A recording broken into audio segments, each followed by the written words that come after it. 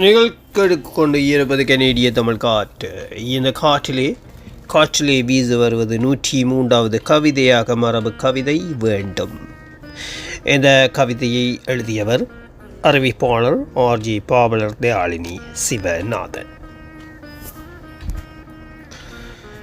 வேண்டும் சிந்தையே சிறக்க வேண்டும், சீர்வல கொளிக்க வேண்டும், நிந்தைக்க எளிய வேண்டும், நீர்நிலம் செழிக்க வேண்டும், தந்தையாய் போற்ற வேண்டும், தமிழ் பணி ஆற்ற வேண்டும், விந்தைகள் புரிய வேண்டும், வெந்நீர் யூற வேண்டும், அறப்பணி செய்ய வேண்டும், அகிலமே மகிழ வேண்டும், உறவுகள் நிலைக்க வேண்டும், உன்னிடம் உண்மை வேண்டும், மறதியை ஒழிக்க வேண்டும், மனத்திடும் மனிதன் வேண்டும், புறஞ்சொல்ல நீக்க வேண்டும், புரிதலாய் வாழ வேண்டும், கருணை உள்ளம் வேண்டும், கனமுனை தீட்ட வேண்டும், வரும் பகை விலக்க வேண்டும், வன்முக அழிக்க வேண்டும், தெருக்களை வளர்க்க வேண்டும், தன்னலம் துறக்க வேண்டும்,